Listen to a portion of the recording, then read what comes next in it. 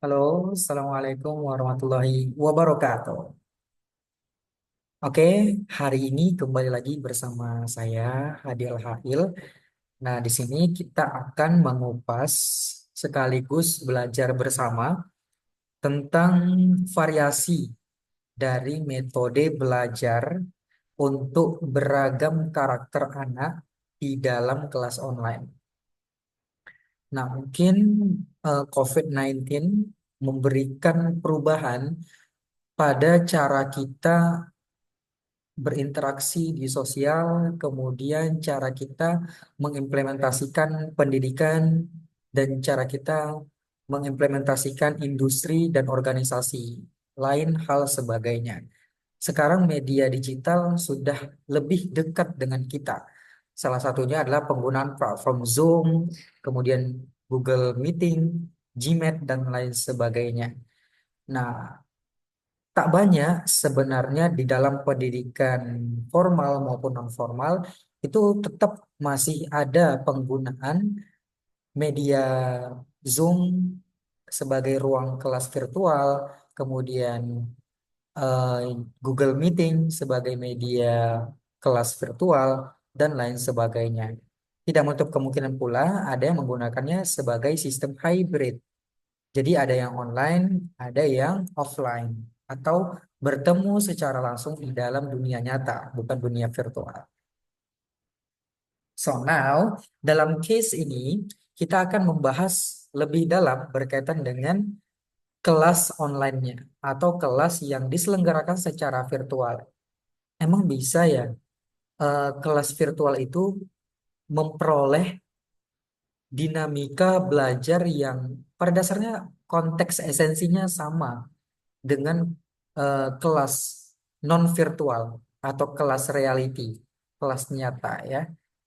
Apakah sama esensinya bisa diterima oleh peserta didik? Jawabannya ada. Ada yang bisa sama, bisa diterima oleh peserta didik secara esensi dari bentuk wahana dan juga dimensi yang dinamis dalam proses pembelajaran di kelas virtual. Nah, mari kita kupas tentang variasi metode belajar untuk beragam karakter anak dalam kelas online.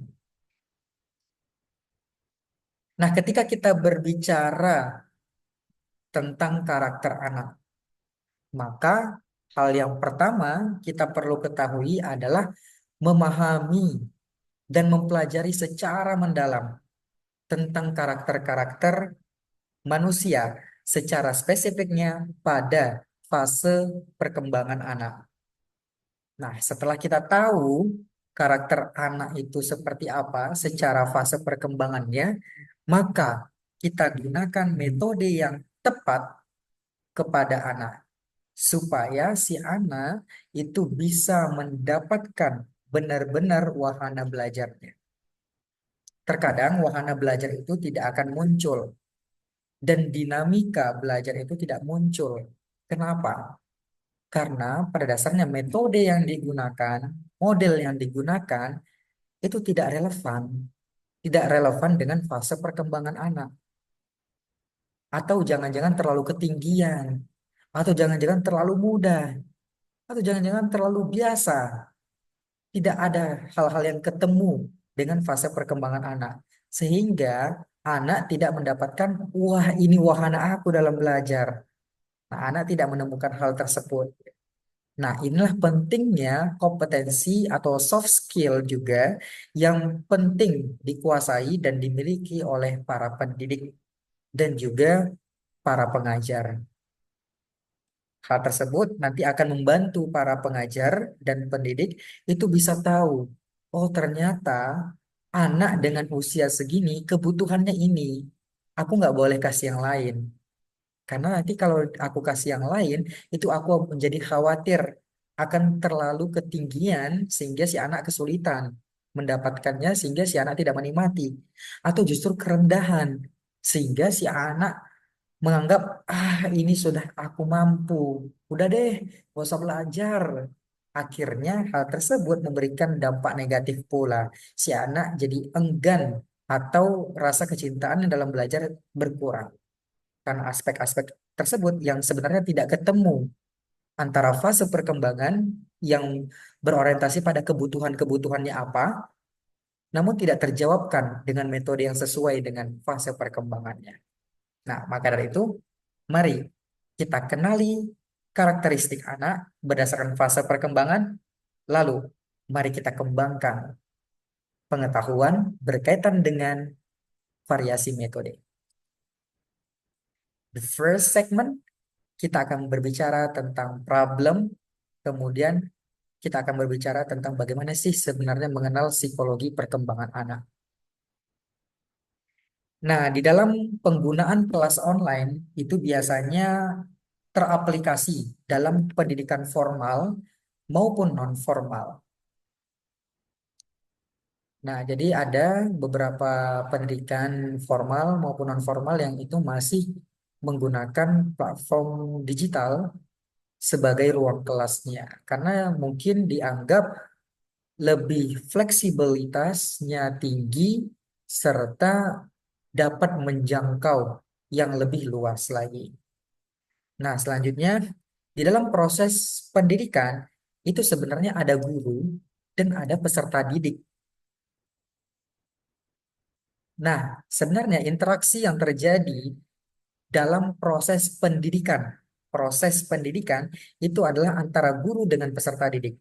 Tentang apa yang diberi, tentang apa yang ditransfer, tentang apa yang diberikan secara kontekstual pemahaman dari pembelajaran atau pengetahuan itu sendiri. Nah, tapi dalam proses mentransfer ini atau dalam proses pemberian informasi atau pemberian pengetahuan ini diperlukan alat, diperlukan alat serta media-media dan juga kelengkapannya. Untuk apa? Untuk memberikan apa yang disampaikan informasi ini atau pengetahuannya itu sampai dengan maksimal kepada peserta didik sehingga terus berlanjut karena peserta didiknya menggunakan ilmu tersebut dalam kehidupan sehari-harinya. Nah, itulah yang disebut sebagai alat. Alatnya itu kita kenal dengan kurikulum. Jadi kurikulum itu adalah bagian dari alat ya. Alat yang digunakan untuk mencapai kebutuhan pengetahuan supaya sampai dari guru ke peserta didik. Nah, inilah fungsi kurikulum sebagai alat. Di dalam kurikulum ada berbagai kelengkapannya untuk alat ini bisa bekerja dengan optimal. Kan nggak mungkin suatu alat bisa bekerja secara optimal kalau eh, aspek-aspek atau unsur-unsur terkecilnya itu nggak lengkap. Emang ada mobil yang bisa bergerak dengan cepat, kemudian dengan maksimal, dengan optimal kalau misalnya bannya nggak ada.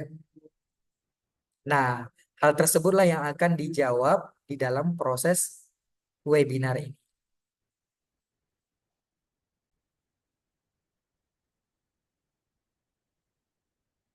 Nah, berikut merupakan alat-alat dari bagian kelengkapan dari alat kurikulum itu sendiri. Yang pertama ada tujuan, kemudian isi atau materi yang akan disampaikan.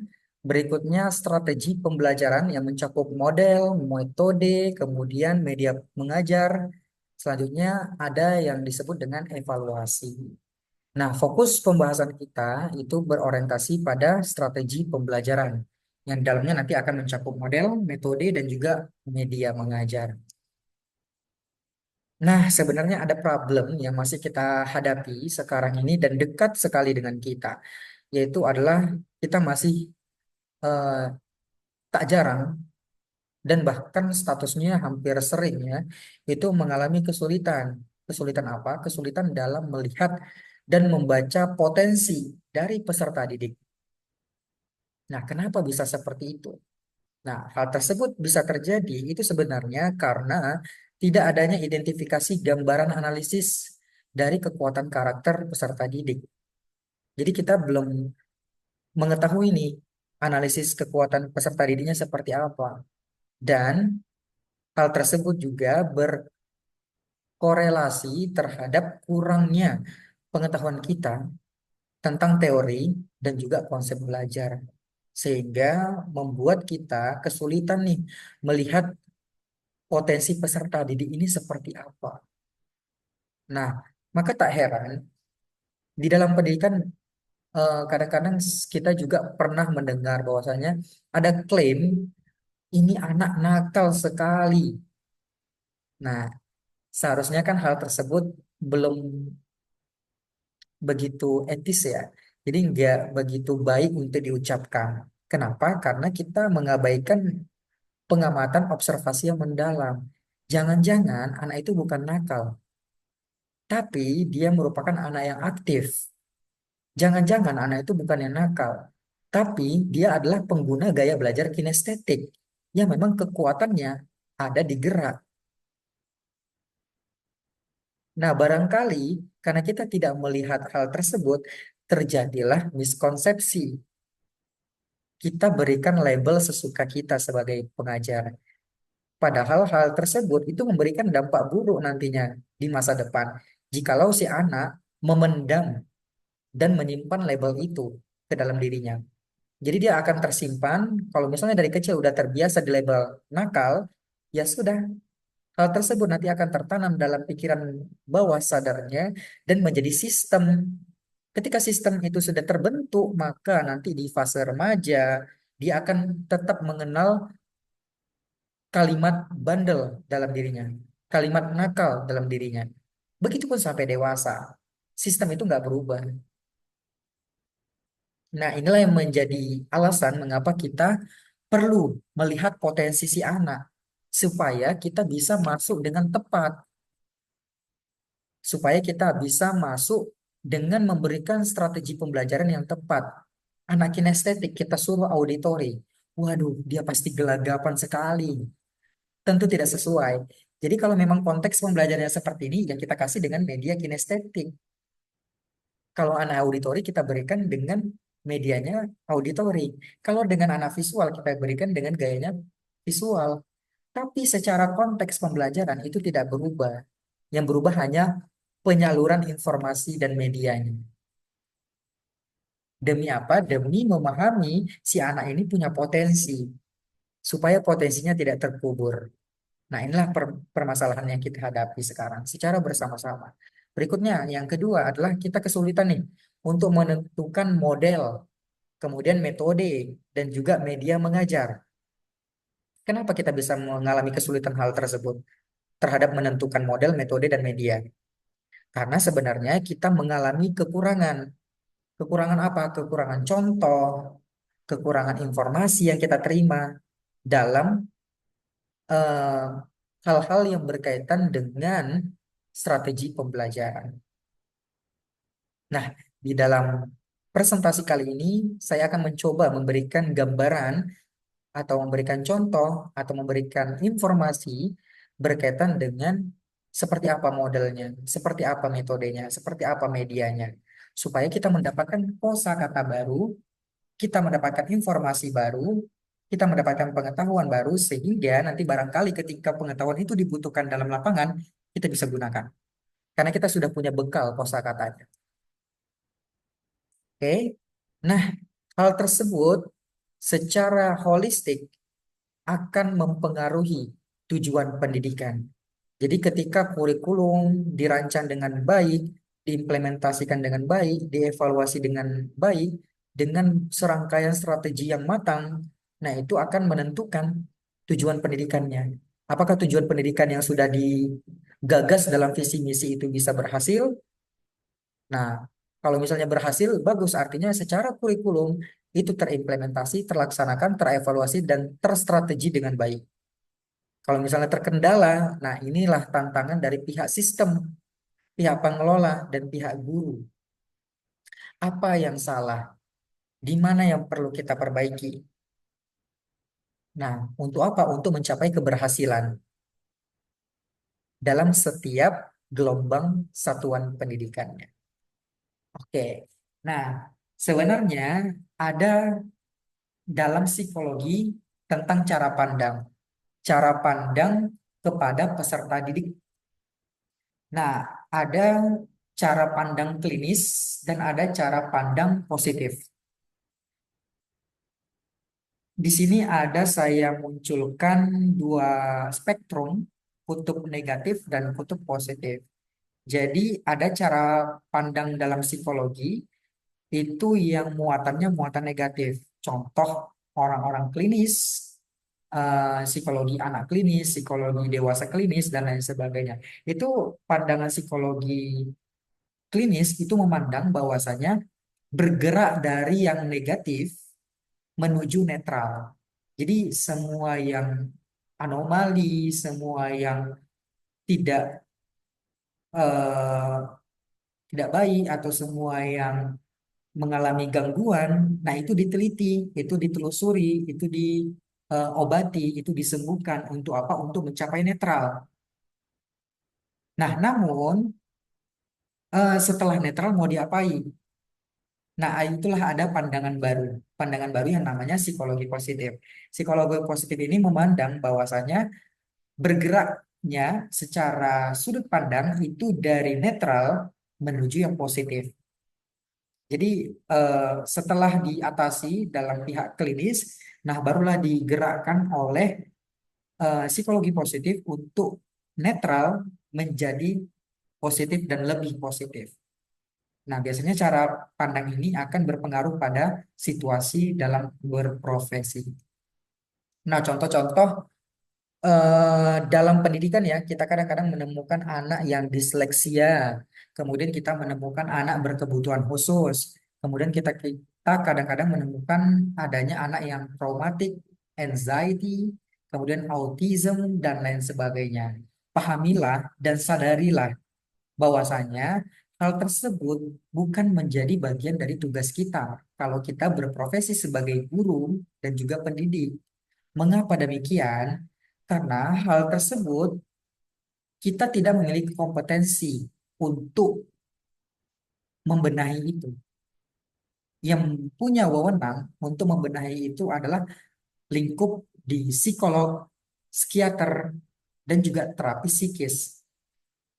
Nah, mereka lah yang punya kehendak dan punya wewenang untuk mengatasi hal-hal tersebut. Supaya apa? Supaya bisa diatasi dari minus menjadi netral. Nah, lalu ketika kita berprofesi sebagai guru, maka posisi kita di mana?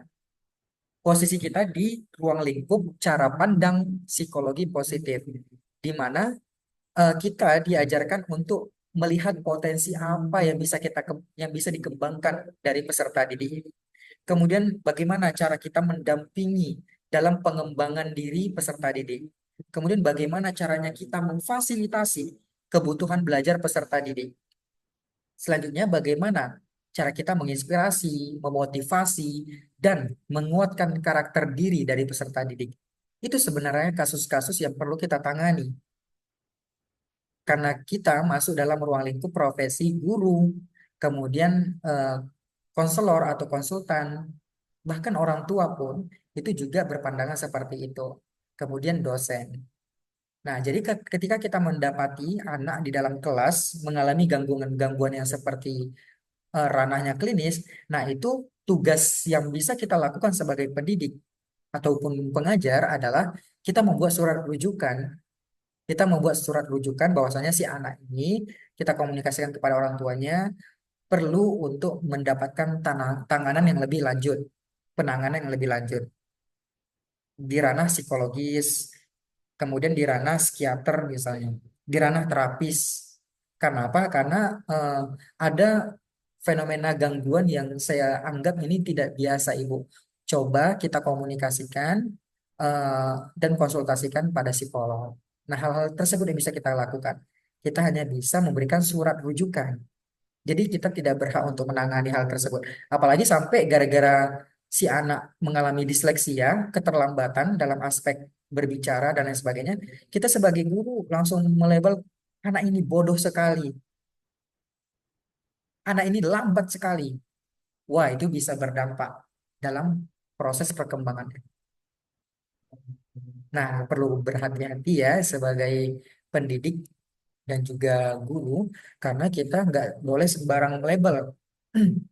Karena barangkali ada hal-hal yang perlu kita rujuk ke profesi lain.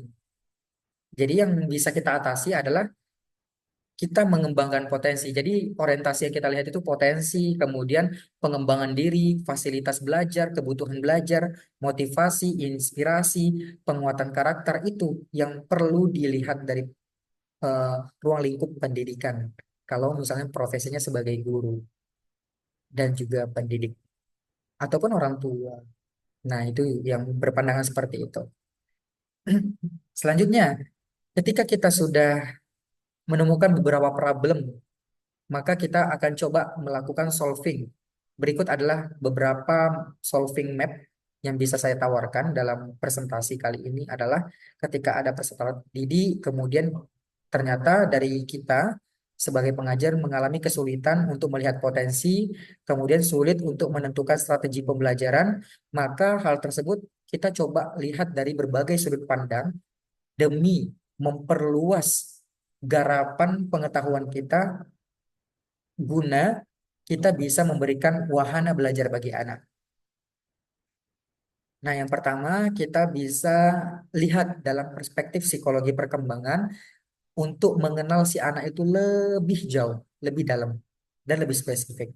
Kemudian mengenal tentang konsep roda emosi, kemudian mengenal tentang konsep gaya belajar, kemudian mengenal tentang taksonomi Bloom, sebuah framework kognitif untuk mendorong anak bisa berpikir ke level-level HOTS. Berikutnya strategi pembelajaran. Nah, kita masuk ke klaster pertama yaitu adalah psikologi perkembangan manusia. Nah, ini adalah rentang-rentang usia di mana psikologi perkembangan manusia itu akan belajar tentang masing-masing fase. Jadi manusia itu ada fasenya. Dari dia dalam kandungan sampai dia nanti wafat itu ada fasenya. Nah, di masing-masing fase itu memiliki tugas dan tantangan perkembangannya masing-masing. Jadi jangan sampai kita memberikan tugasnya ketinggian, padahal tugas perkembangannya bukan itu. Ada tugas-tugas dari masing-masing perkembangan. Jadi ini ada tahap prenatal, ini dalam kandungan semua ya.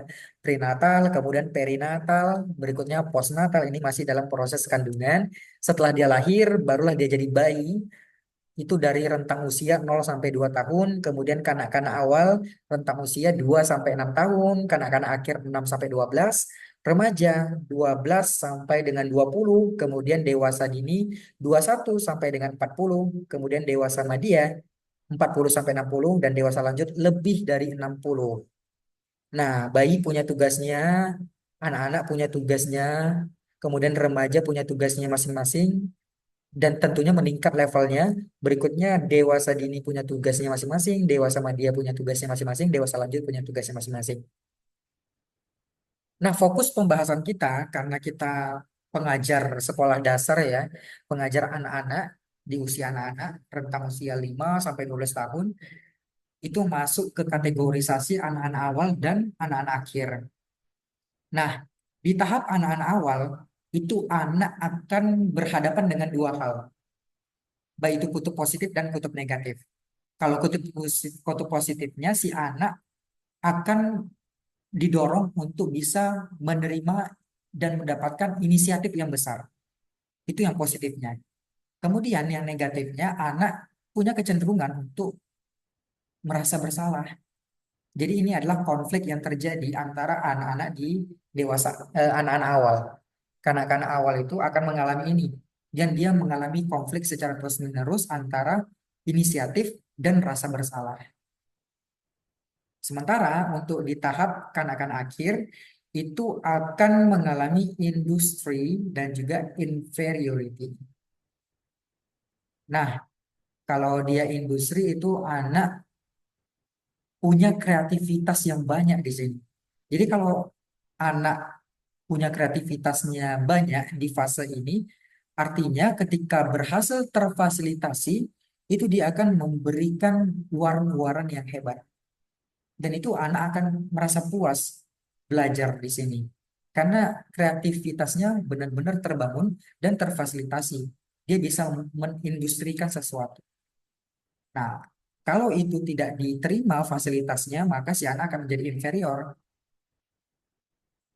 Nah, dia anak-anak akan menjadi tangkas, inferior. Nah, selanjutnya, secara karakteristik pada fase perkembangan kanak-kanak awal dengan rentang usia 2 sampai dengan 6 tahun. Secara motorik, itu anak senang sekali mengulang-ulang. Kemudian anak bersifat berani, kemudian anak mudah belajar karena tubuhnya itu masih lentur banget. Kemudian keterampilannya mulai masih sedikit. Jadi kita nggak perlu ekspektasinya tinggi banget sama anak usia kayak gini. Nanti anaknya tantrum, sebab keterampilannya masih sedikit. Ya kita harus pelan-pelan, sabar, kita turunkan perfeksionisnya kita. Mungkin ya kalau misalnya kita pengguna perfeksionis. Berikutnya, keterampilan berkaitan dengan tangan dan kaki. Nah, sistem motoriknya itu lebih cepat di bagian tangan dan kaki. Maka tak heran anak-anak di usia kayak gini seneng banget meremas-remas sesuatu atau mencabik-cabik sesuatu. Kemudian anak-anak ini seneng banget kayaknya melompat-lompat, kemudian berjalan di apa ya, berjalan kayak di tembok begitu untuk melatih keseimbangan dia. Dia seneng yang kayak kayak gitu. Nah, kemudian bermain sepatu roda, kemudian bermain sepatu es, dan juga menari. Karena motorik yang paling cepat terstimulus adalah di tangan dan kaki pada usia 2 sampai 6 tahun. Kemudian di usia 1,5 sampai 3,5 tahun itu anak harus belajar seperti mandi, kemudian berpakaian, mengikat tali sepatu, bersisir dengan sendiri, dan sedikit bantuan dari orang tuanya ataupun dari guru. Nah, berikutnya untuk usia 5 sampai 6 tahun, sebagian besar anak ini sudah pandai melempar dan menangkap bola. Kemudian menggunakan gunting, membuat tanah liat, mewarnai, dan lain sebagainya. Secara kognitif, anak usia segini itu sudah bisa berpikir konvergen atau berpikir dengan cara menuju ke suatu jawaban yang paling mungkin dan paling benar terhadap suatu persoalan. Nah, anak juga belajar menggunakan dan menginterpretasikan objek dengan gambaran dan juga kata-kata. Anak belajar nama-nama benda, kemudian belajar menggerakkan suruhan-suruhan sederhana, at- bukan menggerakkan, mengerjakan suruhan-suruhan sederhana. Jadi anak sudah mampu menerima perintah dan melaksanakan perintah, tapi yang sifatnya sederhana, bukan hal-hal yang besar atau hal-hal yang tinggi. Itu anak akan kesulitan kalau kita beri seperti itu. Tapi kalau perintah sederhana, tolong ambilkan minyak kayu putih yang ada di sana. Nah, itu si anak sudah bisa tuh mengambilkan minyak kayu putih itu untuk kita. Dan juga anak senang mengerjakan bersama-sama dan orang lain itu terlibat. Jadi dia nggak mau ngerjain sendiri. Makanya dari itu dia selalu minta atau narik-narik orang tuanya, narik-narik ayahnya, narik-narik bundanya, narik-narik kakaknya untuk ayo ayo main bareng, ayo main bareng. Karena dia senang ada orang lain yang terlibat dalam eh, proses kognitifnya begitu. Kemudian dia giat bertanya pada segala sesuatu yang menarik perhatiannya. Itulah dasarnya anak itu di usia segini punya curiosity yang tinggi. Jadi sebaik dia menemukan sesuatu dan dia punya rasa penasaran, dia langsung tanya tuh, "Ma, ini kenapa ya kok kayak gini? Itu apa, Ma?" Lah, itu kalau udah kayak gitu, terus kenapa? Nah, ini dia pasti akan bertanya-tanya-tanya demi menjawab, mendapatkan jawaban yang paling mungkin menurut dia. Nah, karena curiosity-nya tinggi di fase usia segitu. Nah, selanjutnya adalah em, anak itu mulai menguasai fungsi-fungsi simbolis, kemudian terjadinya olah bahasa, anak sudah bisa ngobrol, anak sudah bisa menyapa orang tuanya, memanggil nama orang tuanya, dan lain sebagainya. Kemudian sudah bisa menyerap kosakata dengan baik. Selanjutnya juga anak memiliki tingkah laku imitasi atau tiruan, sehingga ada input. Nah, maka dari itu, sebenarnya dari orang tua maupun guru, di fase anak yang usia segini, orang tua dan guru perlu memberikan kehati-hatian dalam proses memberikan penglihatan kepada anak. Jadi jangan sembarang berperilaku, jangan sembarang berucap, karena anak bisa mengimitasi atau menirukan secara langsung. Karena kekuatan imitasinya di sini. Jadi anak bisa langsung menirukan tanpa filter. Bayangkan. Jadi ketika apa yang dia dengar itu langsung terucap tuh kadang-kadang. Langsung diimplementasikan ya. Karena belum ada kemampuan filter. Kemampuan filter itu nanti di fase perkembangan yang lebih tinggi lagi. Tidak di fase usia segini. Nah, jadi si anak belum bisa memfilter. Jadi apa yang didapat, dilihat, dirasa, didengar, masuk tuh. Masuk sebagai input. Syukur-syukur hanya sebatas pikiran sadar. Kalau misalnya udah berhasil masuk ke pikiran bawah sadar lah bagaimana? Itu tertanam menjadi memori. Nah, inilah yang menjadi eh, cukup krusial ya dalam memberikan stimulasi eksternal untuk anak di fase segini. Karena kalau sudah tertanam di dalam pikiran bawah sadar dan menjadi sistem, udah deh, itu nanti secara berkelanjutan di fase perkembangan berikutnya akan terus terjadi. Nah, begitu. Selanjutnya, membuat sistematik seperti merangkum dan juga menyusun tentang bahasa, sehingga kadang-kadang anak itu sempat keluar bahasa-bahasa yang khas dari proses dia merangkum itu, yang kadang-kadang di luar pengetahuan kita, di luar nurulnya kita gitu ya. Kita, ini anak dapat kosakata ini dari mana? Padahal eksternalnya nggak mengajari, orang tuanya juga nggak mengajari. Itu kadang-kadang dia membuat sendiri atau merangkum dan juga menyusun, karena dia sudah punya kemampuan merancang secara sistematik. Akhirnya si anak sudah bisa mempola satu bahasa yang baru, yang sifatnya khas. Nah, kemudian cara berpikirnya itu egosentris. Egosentris itu artinya si anak masih mengedepankan dirinya. Oke, masih mengedepankan aku. Egosentrisnya itu pusatnya ke aku. Aku, dan aku. Aku mau didengar, pokoknya aku. Nah, gitu. Itulah kategori egosentris. Selanjutnya cara berpikir anak itu centralized, di mana terpusat pada satu dimensi. Jadi nggak bisa nih anak menggunakan berbagai perspektif untuk melihat mana yang baik, mana yang kurang baik. Jadi si anak itu hanya satu sudut pandang, satu dimensi pemahaman. Apa kata orang tua aku begini yang aku yakini, ya udah itu aja. Di luar dari itu, no way, begitu. Masih satu dimensi. Jadi belum bisa mempertimbangkan dari berbagai aspek karena juga terintegrasi dengan egosentrisnya. Kemudian berpikir secara irreversible, visible, di mana cara berpikir ini adalah anak itu tidak berpikir dengan tidak dapat dibalik, atau anak itu belum mampu untuk meniadakan suatu tindakan dengan memikirkan tindakan tersebut dalam arah yang sebaliknya. Nah, jadi pusat berpikirnya itu masih satu sudut pandang. Belum bisa mendapatkan sudut pandang kedua, ketiga, dan keempat. Selanjutnya untuk di tahap sosial emosional. Nah, ini anak senang banget bermain. Jadi seperti di TK, itu memang yang paling tepat adalah belajar sambil bermain. Karena bermain itu bagi anak adalah sarana belajar yang seharusnya. Jadi bukan hanya sekedar bermain, tapi diintegrasikan sama pembelajaran permainannya itu. Sehingga si anak itu memang betul-betul mendapatkan sarana belajar. Betul-betul mendapatkan pembelajaran dengan cara bermain.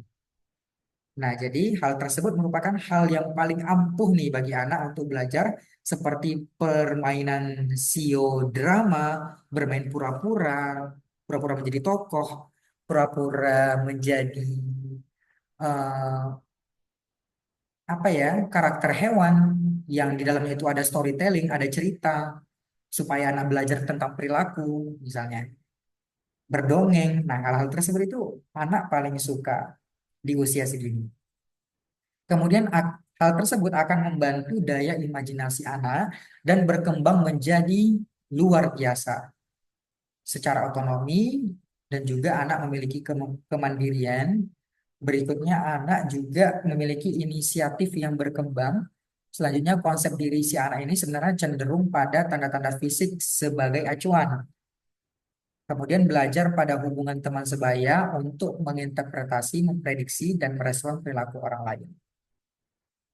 Nah, berbeda halnya dengan karakteristik di usia kanak-kanak akhir 6 sampai 12.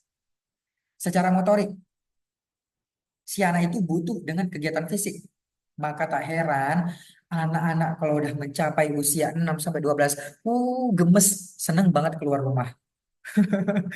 Kenapa seneng banget keluar rumah? Karena di luar rumah itu ada banyak kegiatan fisik yang bisa dia jaring. Berbeda halnya kalau di rumah. Kalau di rumah itu si anak merasa terbatas untuk kegiatan fisiknya. Karena nanti kalau misalnya salah melakukan kegiatan fisik, orang tuanya marah, merepet gitu ya, karena ada yang sesuatu yang pecah begitu misalnya. Nah, maka dari itulah anak memilih untuk keluar rumah supaya bisa mendapatkan kegiatan fisik yang lebih banyak.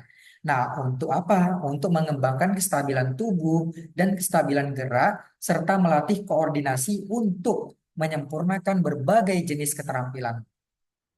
Kemudian berbagai jenis kebutuhan yang untuk selalu bergerak itu perlu bagi anak karena energi anak itu yang tertumpuk dan perlu untuk adanya penyaluran. Jadi secara motorik anak itu banyak energinya di usia ini. Energinya bertumpuk-tumpuk. Kalau nggak keluar, waduh itu jadi endapan itu. Nggak enak bagi anak. Dia harus mengeluarkan endapannya berinteraksi dengan sosial, kemudian mengeluarkannya di luar, bermain sana sini, apalagi adanya keterlibatan fisik sehingga menguras keringat. Nah, itu anak seneng. Makanya tak heran tuh anak-anak di usia segini yang laki-laki ya, apalagi yang laki-laki cowok suka banget keluar habis itu main bola sama teman-temannya. Itu apa? Untuk mengeluarkan endapan energi itu. Sehingga keluarlah dalam bentuk keringat, sehingga pulang-pulang udah mandi. Habis itu pun kadang-kadang malam endapannya masih ada, sehingga dia harus lincah sana lincah sini lagi di rumah. Nah, itu. Karena memang secara perkembangan itu naluriah terjadi bagi anak. Selanjutnya dari aspek kognitif. Di sini anak itu sudah memiliki kemampuan berpikir seperti mengingat, memahami, dan juga mampu di tahap analisis, memecahkan masalah. Kemudian anak juga sudah mampu berpikir dan juga belajar, mengingat, serta berkomunikasi. Karena proses kognitifnya itu tidak lagi egosentris, melainkan sudah menuju ke arah yang logis. Sehingga perlahan-lahan si anak sudah bisa nih menimbang, oh ternyata tidak hanya dilihat dari satu sudut pandang ini. Ada satu pandangan baru lagi yang bisa aku gunain. Oh ternyata ada pandangan ketiga, ada pandangan keempat yang bisa aku gunain.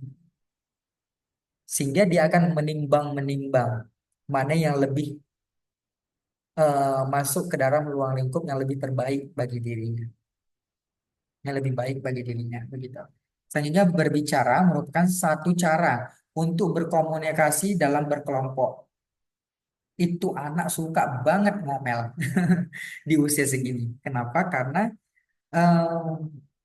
dia perlu berbicara sebagai alat komunikasi. Dia akan melatih komunikasinya lebih tajam di usia segini di dalam kelompoknya, sehingga anak akan belajar berbicara dengan baik sesuai pembendaharaan kosakata yang dia miliki. Kemudian anak senang bermain sambil belajar, masih sama dengan konteks yang tadi. Kemudian perkembangan sebelumnya. Kemudian anak itu tambahannya adalah kalau yang kemarin itu, kalau yang fase sebelumnya, si anak Suka bermain sambil belajar, tapi kurang ada keterlibatan sama sosial. Berbeda halnya dengan di usia anak-anak akhir. Dia tetap suka belajar sambil bermain dan ada keterlibatan kelompok, kelompok-kelompok sosial, kelompok-kelompok kecil untuk dia bisa berinteraksi. Karena harus digunakan tuh kosakata yang dia miliki. Kemudian bertenggang rasa dan empati sama temannya. Secara perkembangan moral, anak ini sudah berorientasi pada konsep pribadi yang disesuaikan dengan aturan, norma, nilai, dan etika di masyarakat. Karena perkembangan moral anak itu sudah berpindah dari heteronomus menjadi autonomus. Heteronom itu masih menggunakan egosentris. Sekarang di tahap anak-anak akhir sudah mulai menuju autonomus, sudah berpikir logik dengan tingkatan usia yang lebih tinggi. Selanjutnya, sehingga pengertian yang kaku tentang benar dan salah yang dipelajari oleh orang tuanya itu berubah. Jadi dari kecil di usia 2 sampai 6, si anak kan biasanya sering tuh mendapatkan dari orang tua, ini benar, ini tidak benar, ini salah, ini benar, ini salah, ini benar. Namun, di usia segini, si anak sudah mulai punya kemampuan menentang hal tersebut karena dia mendapatkan perspektif-perspektif baru dari eksternal yang dia mulai meyakini hal tersebut. Sehingga konsep benar dan salah yang dulunya didapatkan oleh orang tua terkadang sudah tidak relevan lagi bagi anak. Ada yang relevan, ada yang tidak relevan. Karena apa? Karena kebutuhan anak sudah berubah. Nah, selanjutnya di usia 6 sampai dengan 8 tahun, anak itu mulai membaca penuh semangat. Maksudnya anak itu sudah mulai punya skill membaca dan ini diiringi dengan rasa yang penuh semangat, terutama pada cerita-cerita fiksi, kemudian cerita novel gitu ya, yang berbau imajinasi. Nah, itu anak suka sekali. Kemudian pada usia 9 tahun, anak itu senang membaca yang menjadi puncak dari eh, kegemarannya dalam proses membaca itu pada usia 9 tahun.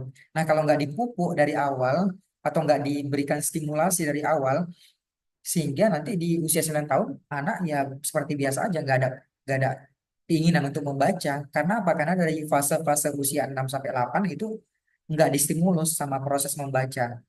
Sehingga anak yang betul-betul tidak mencapai puncak kesenangannya dalam proses membaca. Nah, berikutnya bacaannya itu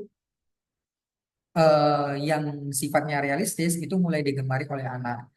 Berikutnya, sifat ingin tahu anak laki-laki itu lebih menonjol dibanding anak perempuan. Itulah sebabnya anak laki-laki itu cenderung menyukai buku tentang petualangan, sejarah, hobi, dan sport. Karena di situ ada banyak yang bisa ditanya oleh si anak, berbeda dengan anak perempuan. Nah, untuk aspek sosial emosional. Nah, sosial emosional ini anak punya asumsi besar, yaitu tentang pengaruh pertemanan. Jadi sebenarnya di tahap sosial emosional ini pengaruh teman sebaya itu sangat besar bagi perkembangan anak, baik itu yang positif maupun yang negatif.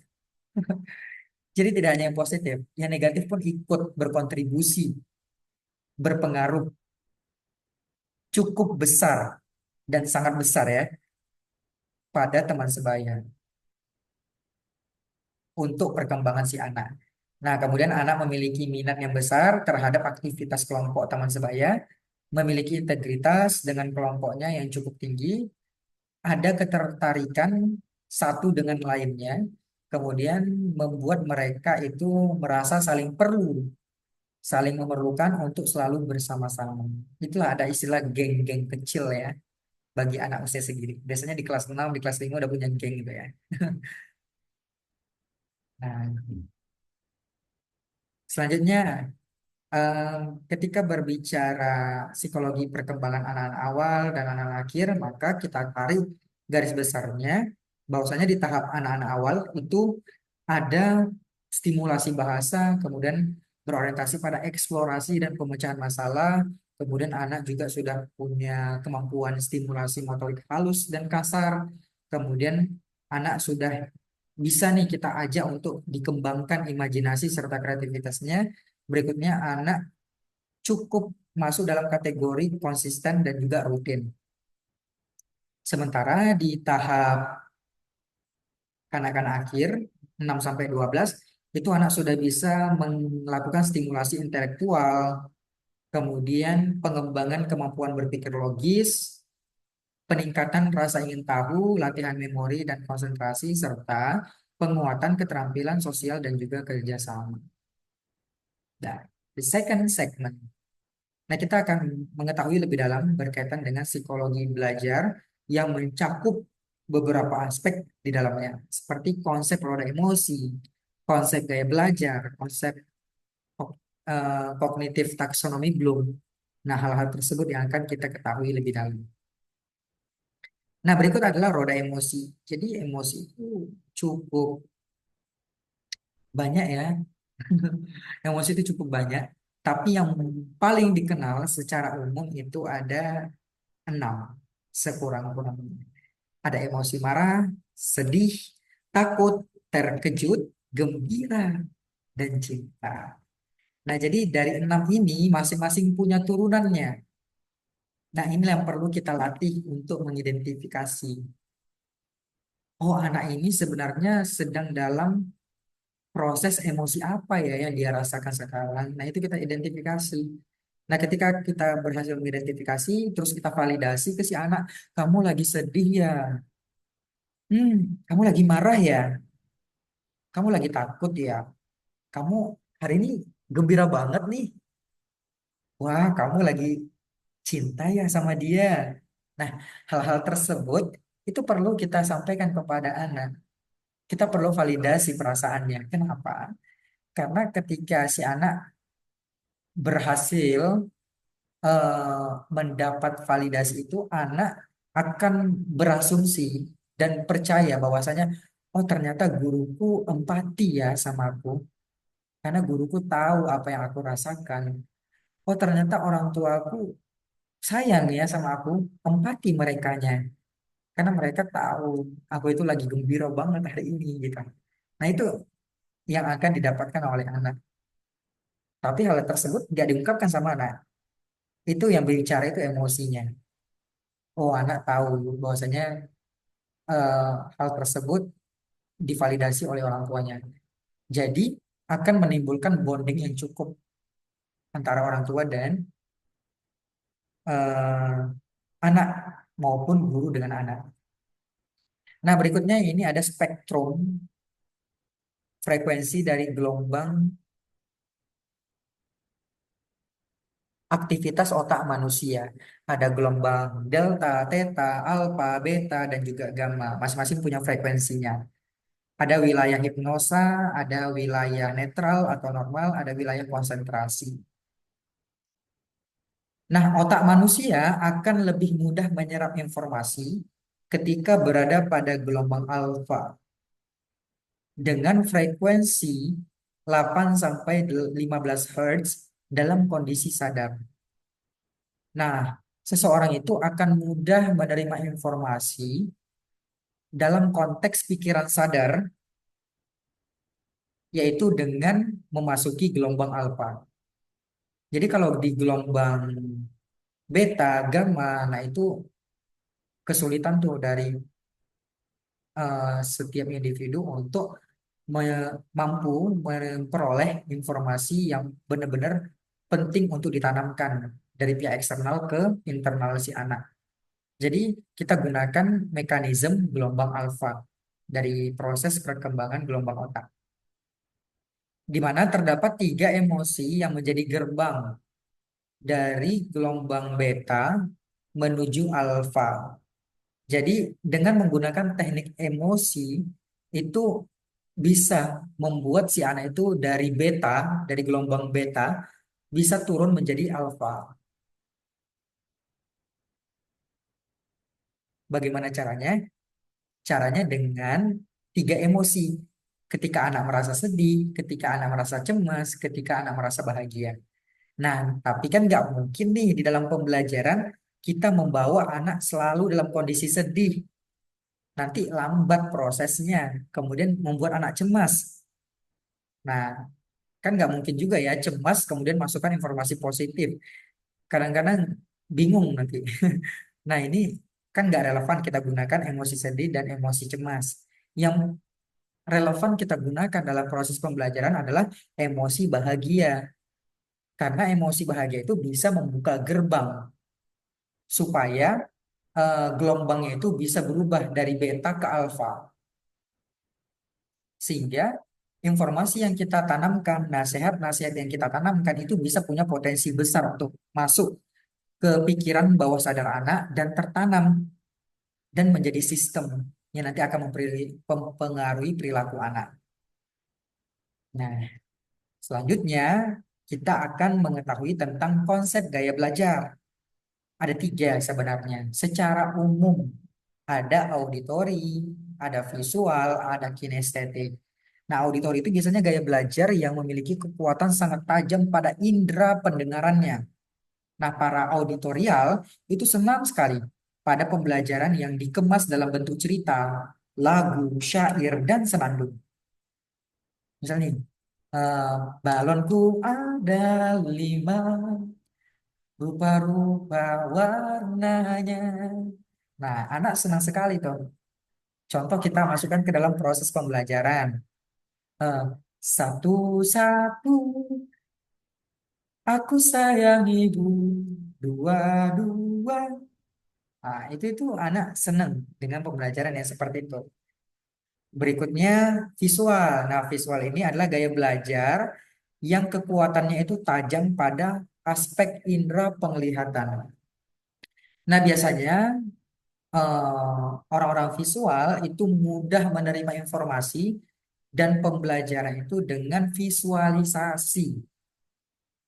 Visualisasi itu bisa yang langsung terlihat atau mengimajinasikan sesuatu dalam bentuk gambar, tabel, diagram, grafik, atau peta pikiran, atau imajinasi, atau juga goresan, atau juga simbol-simbol.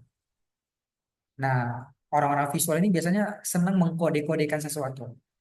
Maka tak heran ketika ada pembelajaran yang rumit sekali bagi dia, kadang-kadang dia cara menyerapnya adalah dengan membuat kode. Oh, dengan informasi yang panjang ini, aku buat kode ini sehingga aku paham. Ketika aku butuh informasi ini, aku munculkan kode ini aja, aku langsung ingat informasinya. Nah, itu adalah cara kerja anak-anak visual. Jadi dia membuat kode di bayang-bayangannya, di imajinasi. Selanjutnya anak kinestetik. Nah, kinestetik ini merupakan gaya belajar yang kekuatannya pada indera perabaan. Nah, indera-indera gerak, indera-indera motoriknya itu sangat kuat di situ.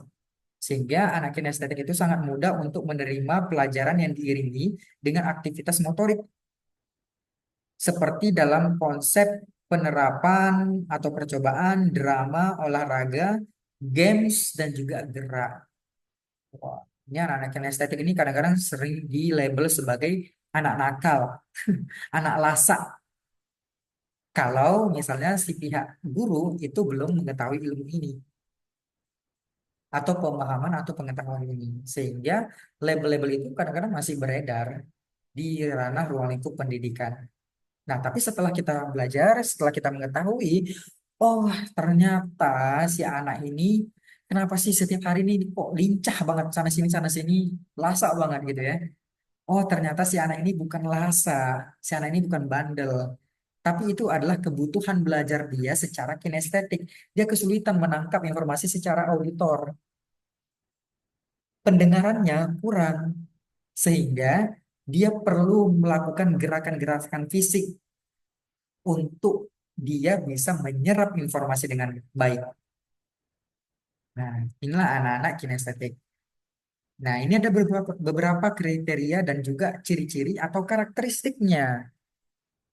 Contoh nih ya, seperti anak ada auditori itu Si anak itu sering banget bicara sendiri ketika bekerja, kemudian mudah terganggu atas kegaduhan, kemudian menggerakkan bibir ketika membaca, misalnya bibirnya meong-meong gini. Nah, itu seperti anak cewek ya. Kadang-kadang yang meong-meong bibirnya itu mereng-mereng itu sering dianggap judes ya,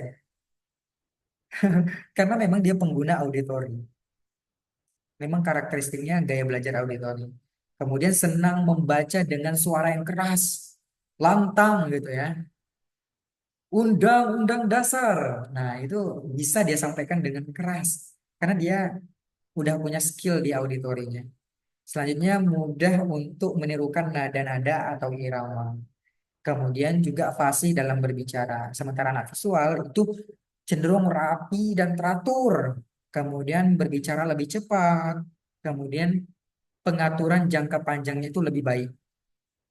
Selanjutnya teliti dan detail dalam berbagai hal, memperhatikan penampilan, kemudian pengeja yang baik.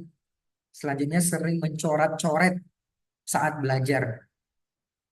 Terkadang gurunya bingung ya. Aduh, ini kok dicoret-coret sih? Tapi itu karena memang dorongan visualnya. Nah, berikutnya kinestetik. Kinestetik itu kriterianya berbicara secara perlahan-lahan, kemudian hati-hati, kemudian menanggapi perhatian fisik, kemudian menyukai games karena bisa dia bergerak dengan bebas, kemudian eh, tulisannya itu punya kecenderungan kurang bagus, kadang-kadang besar, kadang-kadang kecil gitu ya, kadang-kadang nggak kebaca. Nah, itu kinestetik banget.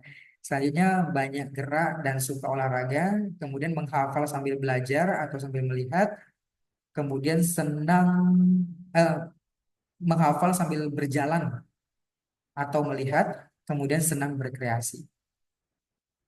Nah, ini merupakan contoh-contoh lainnya dari berbagai karakteristik ataupun ciri-ciri anak auditori, visual, dan juga kinestetik. Dan inilah penarikan kesimpulannya dari anak visual, auditori, kinestetik. Kalau di auditori, kekuatannya di pendengaran dan juga komunikasi, visual penglihatan dan imajinasi, kinestetik motorik dan juga aspek-aspek yang sifatnya kompetitif. Nah, kemudian untuk eh, pendekatannya, kita untuk anak auditori bisa menggunakan musik atau lagu, kemudian presentasi hasil karya, karena dia punya wadah untuk ngomong. Kemudian membuat narasi atau cerita yang menghasilkan karya sesuai tema.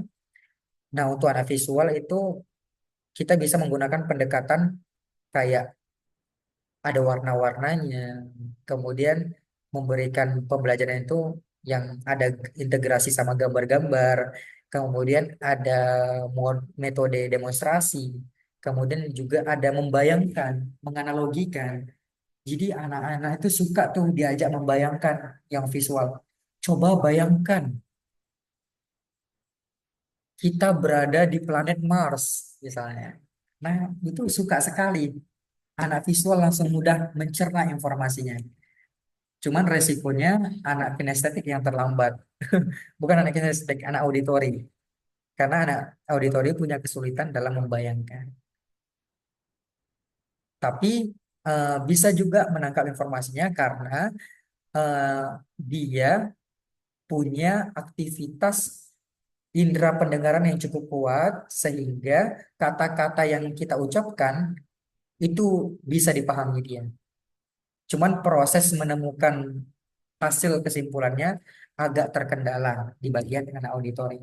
Karena dia harus merangkai kalimat-kalimat abstrak karena harus membayangkan kan untuk visual. Nah, sementara ke kinestetik itu pendekatannya menggunakan tutorial, demonstrasi, games, simulasi, kreasi dan gerakan serta tempat baru atau yang biasa kita kenal dengan explore, pendekatan pembelajaran yang sifatnya eksploratif. Nah, mari sama-sama kita coba bermain games. Kalau misalnya nih ada karakteristik anak yang itu cepat banget menangkap pesan dalam bentuk suara dan gemar bernyanyi. Kira-kira ini kategori gaya belajar apa ya? Jawabannya adalah auditory. Nah, berikutnya, anak ini suka banget berolahraga, kemudian aktif bergerak dalam kelas, kemudian suka membuat gambar di buku catatan. Hmm, dia termasuk kategori kinestetik visual. Selanjutnya, anak ini lebih senang banget belajar dengan musik dan diskusi. Serta saat membaca, itu senang banget menggunakan jari sebagai penunjuk dan menjelaskan dengan bahasa tubuh. Iya, termasuk auditory kinestetik. Kemudian anak itu lebih senang membaca daripada dibacakan. Kemudian berbicara lebih cepat, menjawab dengan singkat, dan kesulitan dalam menyampaikan apa yang ada di pikirannya. Nah, itu merupakan anak-anak visual. Berikutnya, anak itu suka menghafal sambil berdiri dan juga berjalan, suka main games, kemudian tulisannya berantakan, suka dengan aktivitas yang bergerak dan senang berkreasi. Dan ini termasuk kategori gaya belajar kinestetik. Nah, ini tambahan 3 kasus. Misalnya ada Udin. Udin adalah siswa yang sangat aktif banget dan juga lincah di dalam kelas maupun di luar kelas. Beberapa guru beranggapan bahwa Udin adalah anak yang nakal. Hmm, karena apa? Karena saat pembelajaran, Udin itu sering banget mengganggu temannya saat belajar. Sering juga menulis sambil memukul meja, kemudian menimbulkan keributan di dalam kelas, dan sering permisi keluar saat Udin merasa jenuh. Nah, Udin ini merupakan anak yang bergaya belajar kinestetik. Nah, jadi cara dia belajar itu dengan gerak. Maka kalau misalnya guru tidak bisa atau belum bisa mengintegrasikan pembelajaran itu dengan ada integrasi kinestetik, si anak ini yang bergaya belajar kinestetik akan bosan dan akan malas mengikuti proses pembelajaran karena dia nggak terpenuhi secara informasi, nggak sampai informasinya ke dia. Nah, itulah penting kita mengetahui karakteristik anak secara gaya belajar supaya kita bisa memberikan pendekatan yang sesuai. Kemudian the second case, Benny adalah anak yang ramah dan senang sekali bicara, sehingga menjadikannya terpilih sebagai ketua kelas. Selain itu, Benny juga ternyata suka bernyanyi dan beberapa perlombaan Benny itu aktif menjadi juara. Benny termasuk gaya belajar apa ya? Auditori. Oke, and then it's and then ada Bayu, Dayu. Dayu ini suka sekali bernyanyi sama dengan Benny dan sering mengikuti ajang perlombaan bernyanyi. Selain itu, Dayu juga senang dengan menggambar dan sering menjadi pemenang. Nah, ini tidak bisa dipungkiri lagi kalau si Benny, bukan Benny, Dayu. Dayu itu menggunakan atau memiliki gaya belajar auditori dan juga visual. Nah, next slide kita akan belajar tentang taksonomi Bloom, di mana taksonomi Bloom ini merupakan framework yang ranahnya itu ranah kognitif, di mana ini frameworknya digunakan oleh pendidikan dan juga pengajar yang orientasinya nanti si anak akan didorong untuk memiliki eh, proses belajar tidak hanya di level low, tapi juga berhasil mencapai di level high order thing, berpikir di level tinggi, yaitu dimulai dari dasar, dari bawah, dari level satu. Level satunya itu adalah mengingat, di mana mengingat ini si anak mampu menyebutkan, mengidentifikasi, mencatat, menghafal, meniru, maupun mengulang. Kemudian di level kedua, ini masih kategori low, yaitu adalah memahami. Si anak itu mampu menjelaskan, mampu membedakan, mengkategorisasikan, merincikan, mencontohkan, dan juga mengemukakan. Kemudian masih dalam kategori low, di level 3 itu ada menerapkan. di dalamnya si anak itu bisa membiasakan, melengkapi, menentukan, mendemonstrasikan atau mengklasifikasikan. Nah, masuk ke level high order thinking. High order thinking itu di level C4 atau level 4 itu si anak sudah mampu menganalisis, di mana di dalamnya terdapat kemampuan mengorelasikan, kemudian membuat garis besar, kemudian merasionalkan, menyeleksi, dan juga menguji. Berikutnya level 5 itu anak mampu mengevaluasi. Di dalamnya meliputi mempertimbangkan, menilai, menyimpulkan, mengkritik, menegaskan, dan juga memperjelas. Dan yang terakhir di level yang tertinggi adalah level 6, yaitu adalah menciptakan. Di dalamnya mencakup mengkombinasikan proses abstraksi, kemudian proses menyusun, merancang, dan juga mengembangkan. Nah, di level 4, 5, dan 6 itu merupakan high order thinking. Sementara di level 1, 2, 3 itu masuk dalam kategori low order thinking. Nah, lah mekanisme dari terlaksananya konsep taksonomi Bloom Framework.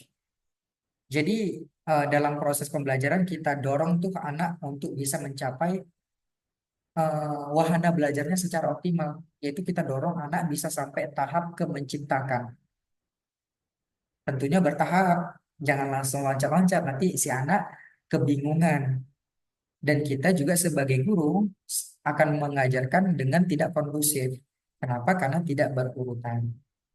Jadi pastikan dulu si anak sudah mampu mengingat informasi pembelajaran yang didapat dan juga memahaminya. Bagaimana si anak itu bisa membuat sesuatu, tapi kalau si anak nggak paham tentang konteks yang dibuatnya, itu nanti kan pasti akan menjadi hal-hal buruk ke depannya. Jadi si anak itu didorong dari bawah terlebih dahulu secara bertahap supaya dia benar-benar kita pastikan si anak ini mampu untuk memahaminya. Baru kita masuk ke penerapan, menganalisis, mengevaluasi, lalu berakhir di membuat atau creating.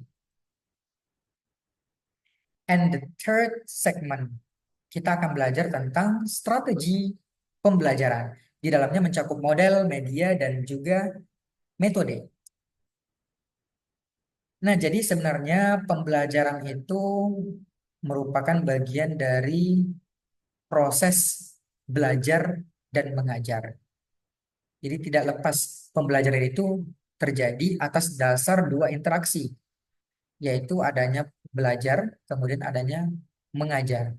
Itulah tadi, adanya guru dan juga peserta didik. Kemudian di dalam pembelajaran itu ada model. Kemudian di dalam model ada turunannya. Turunan dari model ada metode. Turunan dari metode ada media.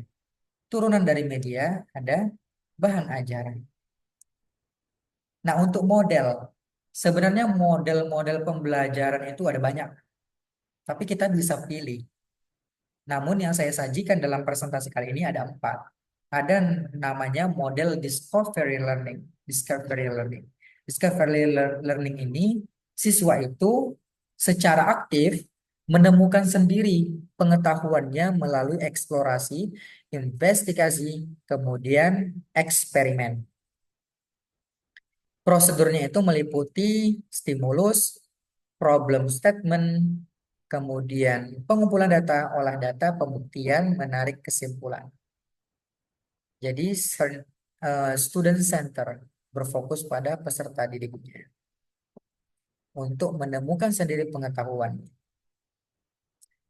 Nah, biasanya di pendidikan Belanda kita sudah mulai lihat nih si anak diminta untuk membawa alat peraga, kemudian si anak sendiri yang akan mempelajari alat peraga itu. Jadi anak akan menemukan dua hal, menemukan kesalahan dan menemukan kebenaran. Nah, inilah yang dicapai dari discovery learning. Kemudian ada inquiry, inquiry learning, di mana inquiry learning ini siswa itu aktif bertanya, aktif mengamati, dan aktif mencari informasi untuk menemukan pengetahuan baru. Prosedurnya itu meliputi orientasi masalah, pengumpulan data, dan verifikasi, serta pengumpulan datanya itu melalui eksperimen. Kemudian pengorganisasian dan memformulasikan eksplanasi, kemudian analisis proses inquiry. Nah, untuk yang berikutnya ada model problem based learning. Jadi siswa diberi masalah. Siswa diberi masalah untuk apa? Untuk dipecahkan sendiri oleh siswa itu. Jadi siswa sendiri yang merancang solusinya. Nah, ini cukup banyak digunakan oleh sekolah-sekolah yang growth mindset, kemudian sekolah-sekolah yang open minded, kemudian sekolah-sekolah yang memang betul-betul ingin adanya inovasi, ingin adanya perubahan yang besar. Nah, biasanya banyak yang menggunakan problem based learning. Biasanya sekolah-sekolah yang punya pendekatan lingkungan itu punya kecenderungan menggunakan problem based learning. Jadi, lingkungan sekitar itu menjadi permasalahannya yang diangkat di dalam proses pembelajaran, lalu siswa diminta untuk memecahkan masalah lingkungan tersebut. Itu jenis model pembelajaran problem based learning. Berikutnya ada proyek based learning. Nah, proyek based learning ini siswa bekerja dalam proyek yang panjang untuk menerapkan keterampilan dan pengetahuan yang sudah dipelajari. Jadi sudah berbekal pengetahuan level C1, C2, memahami ya, kemudian pengaplikasian di C3, kemudian analisis, evaluasi, lalu siswa diminta untuk proyek based learning, membuat sesuatu yang cukup panjang waktunya di tahap C6 dari bekal keterampilan dan pengetahuan yang sudah didapat.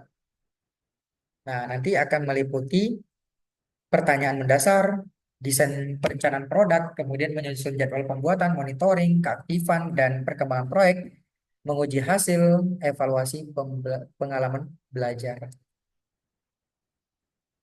Kemudian tambahan lagi deh, tadi 4 dan ini kita tambah 4 lagi menjadi 8. Jadi ada namanya direct instruction, di mana guru menyampaikan materi secara langsung kepada siswa dengan penjelasan yang terstruktur.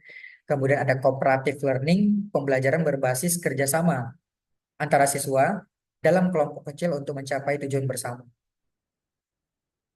Kemudian ada diferensiasi instruction. Ini guru menyesuaikan metode, materi, dan penilaian sesuai dengan kebutuhan, gaya belajar, dan tingkat kemampuan siswa. Jadi dalam satuan pendidikan itu bisa menggunakan 2 atau 3 model dalam proses pendidikannya. Kemudian untuk kontekstual, teaching dan learning, yaitu pembelajaran yang dikaitkan dengan konteks dunia nyata, sehingga siswa dapat menghubungkan materi pembelajaran dengan kehidupan mereka. Nah, jadi pendidikan itu dinamis ya, jadi tidak ada satu yang mutlak direct instruction aja. Nanti pakemnya itu menjadi fixed mindset. Kita jadi nggak open minded terhadap perubahan-perubahan yang ada. Sehingga sebenarnya model pembelajaran ini diterapkan secara fleksibilitas sebenarnya. Secara dinamis, bisa berganti-ganti. Bisa berganti dan tidak hanya satu. Bisa lebih dari 2, bisa hanya 2. Nah, selanjutnya setelah ditentukan model apa yang mau digunakan, barulah kita beralih ke metode. Jadi metode ini beragam, ada banyak sekali sebenarnya metode. Tapi ketika kita berbicara dalam konteks gaya belajar, ada auditori, visual, dan kinestetik. Nah, ini ada pendekatan-pendekatan metode yang sesuai. Seperti auditori sendiri, itu metode ceramah cocok ya. Jadi anak dengan metode ceramah aja, si auditori udah, wih keren banget ini.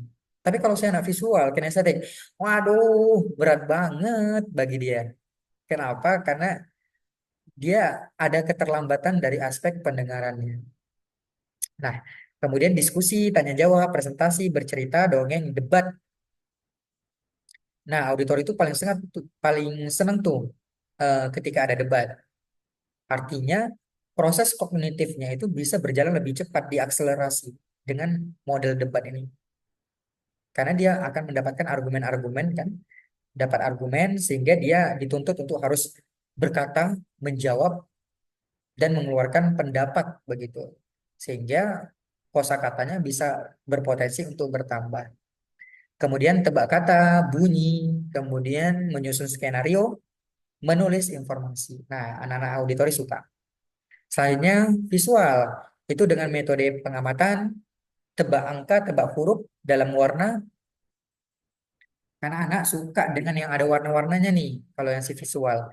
Kalau hitam putih aja, aduh, bagi dia, waduh, males banget gua bacanya, begitu ya. Nah, tapi kalau ada warna-warnanya, itu menjadi daya tarik bagi si anak visual. Kemudian menggunakan mind mapping, menggambar imajinatif, kemudian menulis udara, uratan gambar, flashcard, kemudian tebak gambar, movie learning, dan juga menggambar.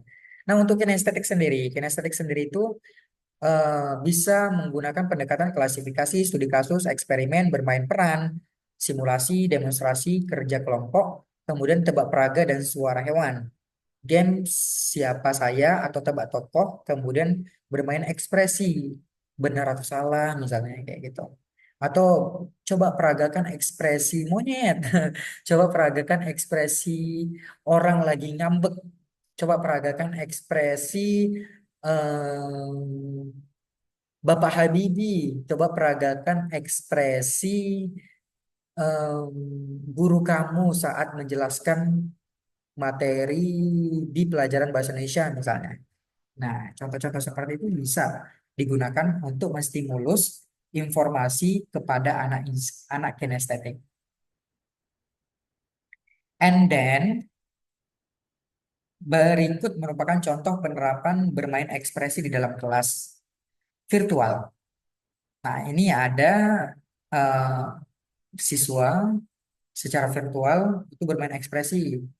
Jadi kemarin itu diminta si anak untuk, ayo mari kita ambil barang-barang yang satu barang yang ada di dekat kita saat ini, kemudian kita letakkan di kepala dan kita mari berekspresi seunik mungkin. Nah, itu instruksinya. Ya sudah, kami berperaga. Nah, si peserta didik memberikan gaya seperti ular begitu ya, seperti ular, kemudian menggunakan eh, apa ya, alat, bukan alat sih, tapi kayak perhiasan di bagian kepalanya. Itu contoh bermain ekspresi. Nah, anak-anak kinestetik suka banget yang begini. Karena dia punya ruang, punya kesempatan untuk bergerak. Nah, selanjutnya anak visual beda. Nah, anak visual itu dikasih aja wadah gambar. Seneng tuh. Gak apa-apa, digambar aja. Nanti kan kita bisa integrasikan pembelajarannya. Misal nih konteks pembelajarannya hari ini adalah tajwid. Pembelajaran tajwid hukum non mati. Ya sudah, setelah dia gambar, kita minta aja. Setelah digambar, coba tuliskan dua huruf idgham bila gunnah di bagian awannya. Ya sudah, nanti mereka akan coret-coret tuh lam dan ro di bagian awannya misalnya, di bagian langit. Nah, hal-hal tersebut akan memberikan respon yang menarik dan si anak merasa terfasilitasi dan menjadi wahana belajar bagi dia.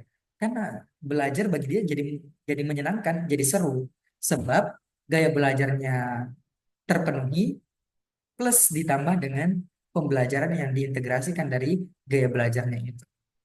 Nah, selanjutnya sama begini juga. Nah, sebelumnya juga saya sudah sempat interview di awal kelas bahwasanya cita-citanya mau jadi apa. Oh, ternyata cita-cita si anak ini ada yang mau jadi pilot, kemudian ada yang mau jadi astronot. Nah, relevan. Jadi kita berikan media gambar yang relevan dengan apa yang dia butuhkan, apa yang menjadi impiannya. What is your dream? Apa impian kamu? Kita tanya itu di awal, kemudian kita identifikasi, kita kenali terus impiannya sampai dengan akhir kelas. Jadi kita tetap memberikan pembelajaran yang saling terintegrasi dengan kebutuhan dan keinginannya supaya si anak tetap merasa happy. supaya si anak tetap merasa wah belajar itu senang banget ya dan relate lagi dengan apa yang aku cita-citakan. Jadi dia mengenali dan memahami serta gemar dan juga cinta dalam belajar.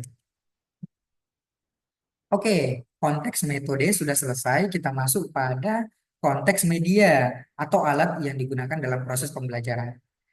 Kalau dari online ada banyak ya media tambahannya.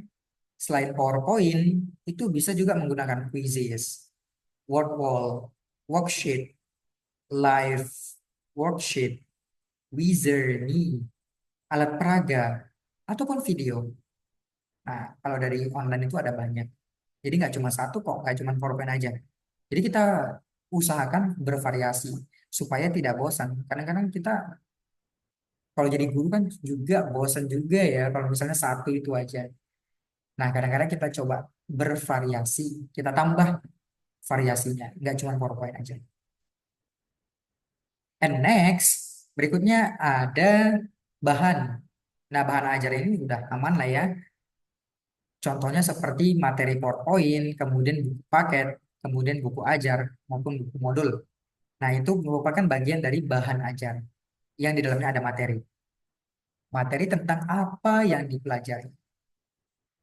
Oke, nah di sini ada teaching frame. Nah, teaching frame ini digunakan untuk di tahap perencanaan. Jadi sebelum masuk kelas di pertemuan satu, saya biasa menggunakan planning terlebih dahulu, perencanaan. Kira-kira mau menggunakan model apa ya untuk situasi kelas seperti ini? Oh, kayaknya cocok deh menggunakan PBL, Project Based Learning atau Problem Based Learning. Kayaknya Project Based Learning keren deh. Nah, boleh kita list, kita tentukan. Kemudian metodenya apa? Oh, tuan auditori kasih ceramah aja deh. Ceramah, diskusi, tanya jawab, selesai. Kemudian tuan visual kayaknya mind mapping cocok deh untuk konteks kelas seperti ini. Nah, kayak gitu. Itu akan memberikan apa ya? Bantuan kepada guru dalam proses pelaksanaan di dalam kelas. Karena perencanaan itu jangan diabaikan. Perencanaan itu merupakan bagian dari penting sebelum menuju pergerakan.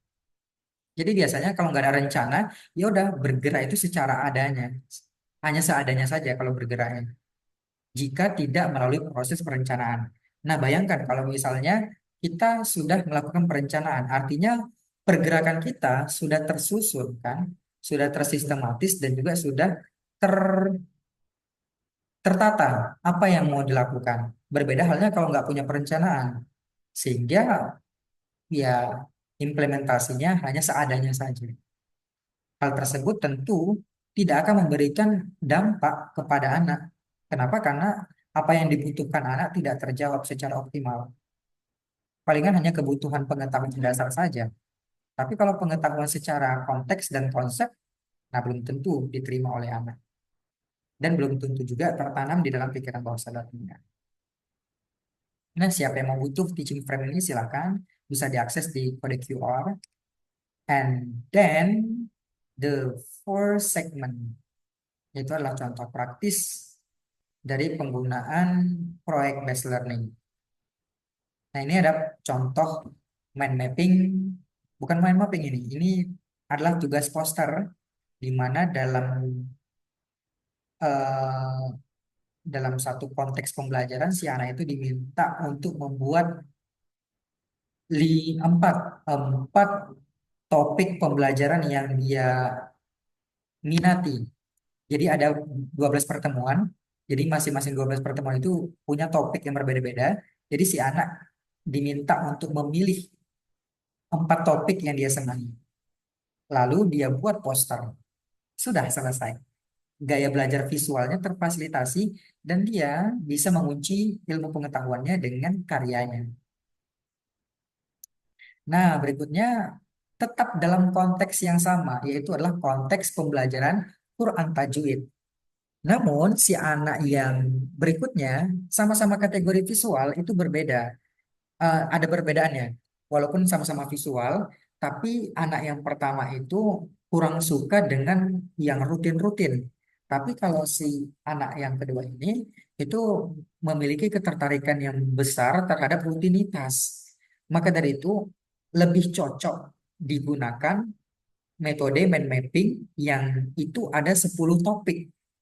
Jadi anak ini diminta untuk membuat 10 topik mind mapping. Terus dijadikan buku.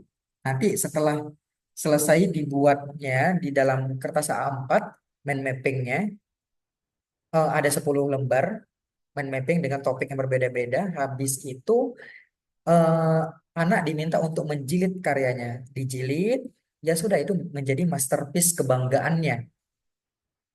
Jadi bukunya sendiri yang hasil dari produk pembelajaran. Nah, si anak akan puas. Karena apa? Selain dia belajar, dalam proses membuat itu kan dia harus memaknai juga. Nah, jadi si anak terdorong untuk bisa mendapatkan wahana belajar dengan optimal. Nah, berbeda halnya dengan anak auditori. Masa iya anak auditori kita kasih tugas berbentuk visual? Itu pasti akan menjadi beban juga sama dia kan? Sehingga kita kuatkan saja yang menjadi keahliannya. Karena dia ahli di bagian komunikasi, ya sudah kita minta dia untuk memberikan tugas em, menjelaskan satu topik materi yang dia suka dan dia pilih. Nah, dia di sini menjelaskan matodi I. Jadi dia akan presentasi itu. Dia presentasi tentang matodi I. Terus dia record sendiri, kemudian dia kumpulkan tugasnya. Jadi nggak sama si anak itu dari penugasannya. Berbeda-beda. Walaupun mereka satu kelas, tapi bisa ada banyak luaran. Jenis-jenis luaran. Tapi konteks luarannya sama. Sama-sama Quran Tajwid yang dipelajari. Tapi jenis luarannya itu beda-beda. Ada yang video, ada yang poster, ada yang mapping, dan ini konten kreator karena dia nggak suka yang sistematis. Kalau yang sebelahnya tadi, yang laki-laki itu dia suka hal-hal yang sistematis. Jadi em, karena suka hal-hal yang sistematis, maka dari itu metode presentasi lebih tepat secara proyeknya. Kemudian kalau yang perempuan dengan auditorinya yang kurang suka sistematis, nah cocok untuk konten kreator karena konten kreator tuh lebih bebas ya. Tinggal letakkan aja kamera, ngomong sambil dipegang pun kameranya nggak masalah. Ya udah, ngomong aja apa yang ada di kepalanya langsung sudah selesai tugasnya. Yang penting konteks dari pembelajaran itu tercapai. Nah, begitu. Selanjutnya, nah ini juga ada contoh si anak membuat poster. Si anak membuat poster, kemudian posternya itu diminta untuk dipresentasikan karena dia selain visual ternyata anaknya auditori juga. Selain visual ternyata auditori sehingga ya sudah kita minta dia menjelaskan karyanya sendiri supaya dia punya eh, dua hal yang terfasilitasi dari gaya belajarnya. Nah, berikutnya ini ada case anak disleksia mengalami gangguan disleksia, orang tuanya juga sudah konsultasi bahwasanya Ananda ini memiliki disleksia, namun karena posisinya saya sebagai teacher, sebagai guru, dan saya menggunakan paradigmanya psikologi positif, maka saya tidak berfokus pada disleksianya. Saya tidak berfokus pada gangguannya. Kalaupun gangguannya itu menghambat produktivitas si anak, maka kita komunikasikan kepada orang tua untuk eh, membuat surat rujuk kepada ahlinya, seperti psikolog, terapis, ataupun psikiater jikalau dibutuhkan ke psikiater. Nah, paling tidak di terapis itu bisa. Namun kalau kita sebagai guru, kita nggak melihat disleksianya. Jadi nggak ada istilah disleksia di kitanya. Jadi kita nggak berorientasi pada kelemahannya. Kita berorientasi pada kekuatannya. Apa nih kekuatan yang bisa kita lihat dari si anak, bukan kelemahannya. Yang kita lihat adalah kekuatan si anak, bukan kelemahannya. Jadi apa nih yang bisa kita gali dari si anak? Apa nih potensi yang bisa kita kembangkan dari si anak? Itulah cara pandang guru. Nah, kalau guru bayangkan nih, kalau guru berorientasinya pada kelemahan si anak, ya sudah nggak ada perkembangan apapun yang terjadi. Justru malah yang terjadi adalah penghambatan dan juga fixed mindset. Berbeda halnya kalau misalnya seorang guru itu berhasil menerapkan psikologi positif secara paradigmnya atau paradigmanya, maka yang terjadi adalah guru akan terbiasa nih melihat, wah si anak ini berpotensi ya. Oh ternyata si anak ini punya kekuatan. Kekuatannya itu bukan di auditori seperti teman-temannya, tapi kekuatannya di kinestetik. Ya udah aku sebagai guru mendorong si anak ke arah sini, ke arah yang lebih mengedepankan kinestetik. Jadi pembelajaran-pembelajaran walaupun pembelajaran matematika, pembelajaran bahasa, tapi ada keterlibatan kinestetik di dalam proses pembelajaran itu sehingga si anak bisa mampu mencapai kecerdasan matematiknya, numerasinya, maupun kecerdasan literasinya, tapi dengan cara melalui media kinestetik yang dia punya. Karena itu adalah kekuatan dasar yang dia miliki secara genetik. Nah, tinggal eksternal bagaimana lingkungan itu memberikan respon-respon positif dan dukungan-dukungan untuk mengoptimalkan potensi anak. Nah, jadi sekali lagi, dosen, guru, orang tua, pandangannya adalah pada kekuatan anak, bukan pada kelemahan. Nah, kalau kelemahan, itu nanti kita ajukan surat rujukan. Kalau misalnya kelemahan ini mengganggu produktivitas ya, kalau kelemahan ini mengganggu produktivitas, baru kita ajukan surat rujukan untuk diterapis. Tapi kalau tidak perlu. Kita cukup mengembangkan apa yang kita lihat secara potensi dan juga kekuatan yang dia miliki.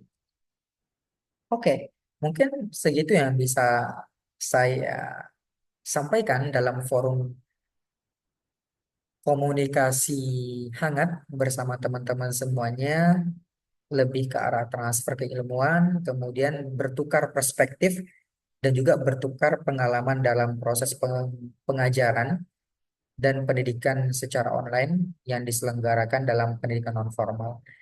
Jadi sedikit banyaknya ada memang hal-hal yang kita perlu upgrade dalam diri kita sebagai pendidik dan juga pengajar supaya memang tujuan-tujuan pendidikan yang diharapkan oleh kita semua, kita bersama, itu terpenuhi secara konteks maupun konsep. Begitu. Oke, baik teman-teman, terima kasih. Mungkin ini yang bisa saya sajikan dalam perspektif saya, berbekal dengan ilmu pengetahuan yang sudah saya dapatkan. Jadi mari sama-sama kita diskusi kembali. Jadi diskusinya ini nggak hanya cukup dalam video saya ini. Jadi diskusinya boleh berlanjut. Di mana berlanjutnya? Berlanjutnya ada di kolom komentar. Jadi kalau teman-teman punya berbagai bentuk asumsi, pertanyaan, dan apapun yang ingin kita diskusikan secara bersama, boleh comment below here. Komen di kolom komentar. Jadi it's okay. Ajukan apapun yang menjadi bahan-bahan pikiran yang bisa kita satukan dan juga yang bisa berbagi perspektif kepada saya sendiri. Okay, I think that's all for my present. And then thanks a lot for you all. I'm happy and I believe you happy, of course. And then, so see you later. Sampai ketemu di next video dan assalamualaikum warahmatullahi wabarakatuh. Bye bye teman-teman semuanya.